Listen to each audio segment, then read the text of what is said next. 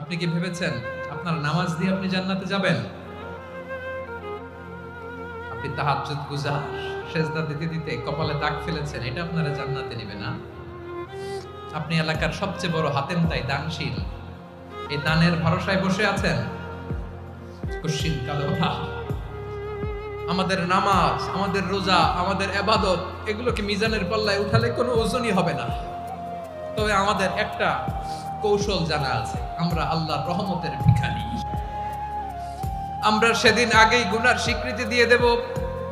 আমরা বলবো, আল্লাহ তুমি প্রশ্ন করার আগে তোমার একটা কথা বলি, আমারে কিছু জিজ্ঞেস করো না, আমি সব করেছি। এমন কোন পাপ নাই যে পাপ আমারে দিয়ে হয় নাই।